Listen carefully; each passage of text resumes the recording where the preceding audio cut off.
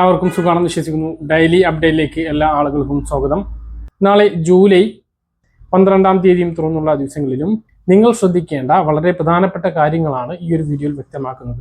വീഡിയോയുടെ വിശദാംശങ്ങളിലേക്ക് കടക്കുന്ന മുമ്പ് കൂടുതൽ ആളുകളിലേക്ക് ഇൻഫർമേഷൻ എത്താൻ ഷെയർ ചെയ്യുക, ലൈക്ക് ചെയ്യുക, ഫേസ്ബുക്കിലൂടെ കാണുന്ന ആളുകൾ ഫോളോ ചെയ്യുക. വീഡിയോയുടെ വിശദമായ വിവരങ്ങളിലേക്ക് വരാം. സംസ്ഥാനത്ത് നിലനിൽക്കുന്ന ആരോഗ്യ ഇൻഷുറൻസ് പരിരക്ഷകൾ ഏതൊക്കെയാണ്? നിലവിൽ പുതിയ സർക്കാർ പ്രഖ്യാപിച്ചിട്ടുള്ള ഉമ്മൻചാണ്ടി 25 ലക്ഷം രൂപയുടെ ആരോഗ്യ ഇൻഷുറൻസ് എപ്പോൾ എടുക്കാൻ കഴിയും എന്ന്, അതിൻ്റെ തുകയും ആനുകൂല്യങ്ങൾ ലഭിച്ചു തുടങ്ങും എന്നുള്ളത് പലപ്പോഴായിട്ട് വാട്സപ്പിലൂടെ നമ്മളോട് പല ആളുകളും ചോദിക്കുന്നുണ്ട്.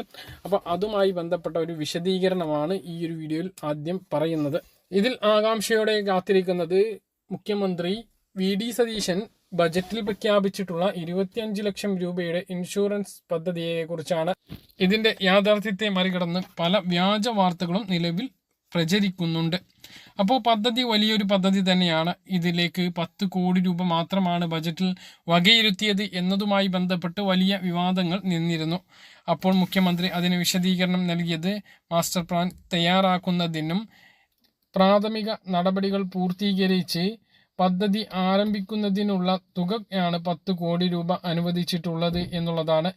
2027 ഈ ഇൻഷുറൻസ് പദ്ധതി നിലവിൽ വരും എന്നുള്ളതാണ് വിവരം. എല്ലാവർക്കും സഹായം ലഭിക്കും. ചേരുന്ന എല്ലാവർക്കും, അതായത് ഈ പദ്ധതിയിലേക്ക് പ്രത്യേകിച്ച് ചേരേണ്ടി വരും. നിലവിൽ കാരുണ്യ കാസ്പ് പദ്ധതി പ്രകാരം 5 ലക്ഷം രൂപയുടെ ആരോഗ്യ സുരക്ഷ പ്രധാനമന്ത്രി ആയുഷ്മാൻ ഭാരത് പദ്ധതിയിൽ ഉൾപ്പെട്ട തുക കൂടിയാണത്. ആ പദ്ധതിയെ മറികടന്ന് 25 ലക്ഷം രൂപയുടെ ചികിത്സ സംസ്ഥാനത്ത് എല്ലാവർക്കും എത്തിച്ചേരുന്നത് സ്വകാര്യ ഇൻഷുറൻസ് കമ്പനികളെ എത്തിച്ചുകൊണ്ട് അവരെ കൊണ്ട് നടപ്പിലാക്കിക്കുന്ന രീതിയാണ്. ഇതിന് നിശ്ചിത പ്രീമിയം അടയ്ക്കേണ്ടി വരും. വരുമാന പരിധി നിശ്ചയിച്ചതിന് ശേഷം അതിന് താഴെ ഉള്ളവർക്ക് സൗജന്യമായും മുകളിലുള്ളവർക്ക് നിശ്ചിത പ്രീമിയം ഫീസോട് കൂടിയായിരിക്കും ഉമ്മൻചാണ്ടി ആരോഗ്യ ഇൻഷുറൻസ് പദ്ധതി നടപ്പിലാക്കുക. കൂടുതൽ ആളുകൾക്ക് ഈ ഇൻഷുറൻസ് പദ്ധതിയിലൂടെ സഹായം ലഭിക്കും എന്നുള്ളതിന് തെളിവായി ഇത് മാറും. പദ്ധതി നടപ്പിലാക്കുന്നതുമായി ബന്ധപ്പെട്ട് ഇൻഷുറൻസ് കമ്പനികളോടുള്ള ചർച്ചകൾ ആരംഭിച്ചിട്ടുണ്ട് എന്നാണ്. അതേസമയം സംസ്ഥാനത്ത് നിലവിലുള്ള പരമ്പരാഗത ഇൻഷുറൻസ് പദ്ധതികളായിട്ടുള്ള കാരുണ്യ ആരോഗ്യ സുരക്ഷ കാസ്പ് പദ്ധതി, സമഗ്ര ആരോഗ്യ ഇൻഷുറൻസ് പദ്ധതി പോലുള്ള 5 ലക്ഷം രൂപയുടെ ഇൻഷുറൻസ് സൗജന്യമായി ലഭിക്കുന്ന പദ്ധതിയും കാരുണ്യ ബെനവലന്റ് ഫണ്ട് 2 ലക്ഷം രൂപയുടെ സഹായം ലഭിക്കുന്ന പദ്ധതിയെല്ലാം അതുപോലെ തന്നെ തുടരും. ഇതിന് പുറമെയാണ് ഈ ഇൻഷുറൻസ് പ്രീമിയം മേടിച്ചുകൊണ്ട് ഉമ്മൻചാണ്ടി ആരോഗ്യ ഇൻഷുറൻസ് പദ്ധതി നടപ്പിലാക്കുന്നത്.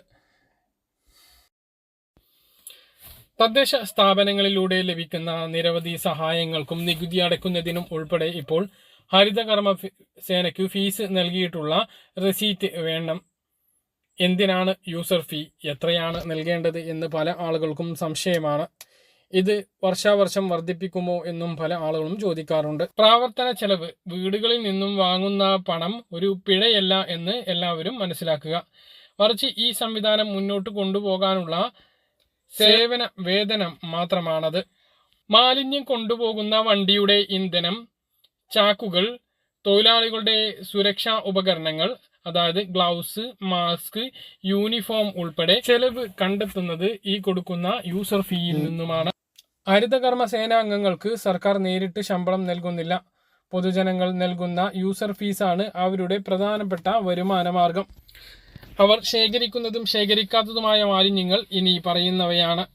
ആദ്യം ശേഖരിക്കുന്നത് അജൈവ മാലിന്യങ്ങൾ, അതായത് പ്ലാസ്റ്റിക് കവർ, മിനറൽ വാട്ടർ കുപ്പികൾ, പാൽ കവറുകൾ, ഷാംപൂ, ഡിറ്റർജന്റ് കുപ്പികൾ, കാർഡ്ബോർഡുകൾ, ഗ്ലാസ് കുപ്പികൾ, അലുമിനിയം, ലോഹ വസ്തുക്കൾ എന്നിവയാണ് പ്രധാനമായും ശേഖരിക്കുന്നത്.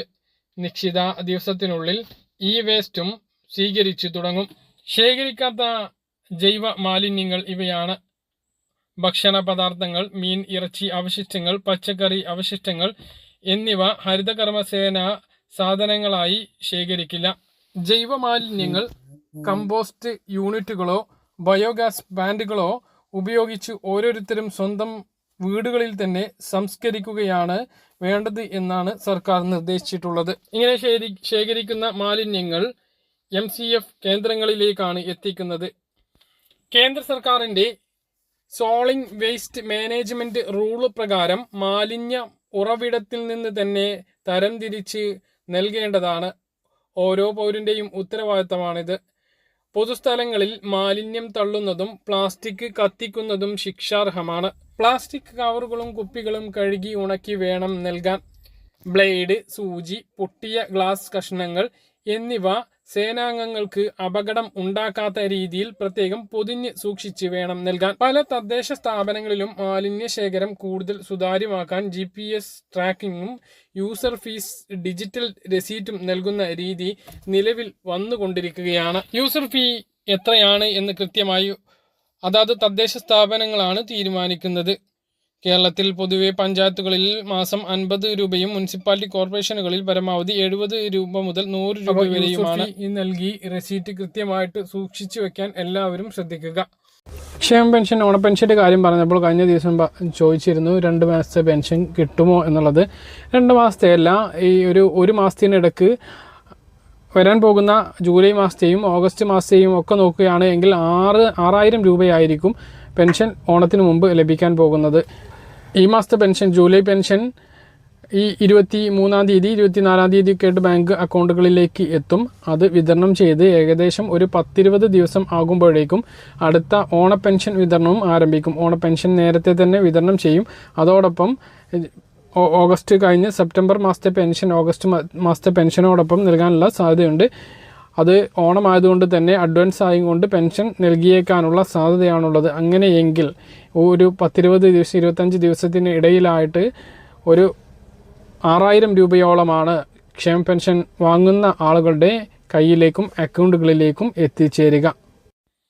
സംസ്ഥാനത്ത് സ്വർണ്ണവിലയിൽ നേരിയ കുറവ്. ഇന്ന് പവന് 360 രൂപ കുറഞ്ഞ് 1,05,840 രൂപയും ഗ്രാമിന് 45 രൂപ കുറഞ്ഞ് 13,320 രൂപയിലും എത്തിയിട്ടുണ്ട്. പറഞ്ഞ കാര്യങ്ങൾ കൃത്യമായിട്ട് മനസ്സിലാണെന്ന് കരുതുന്നു. ഇതുപോലുള്ള ഇൻഫർമേഷനുകൾക്ക് ഫോളോ ചെയ്യുക, സബ്സ്ക്രൈബ് ചെയ്യുക. മറ്റൊരു വീഡിയോയുമായി നമുക്ക് വീണ്ടും കാണാം. ബൈ.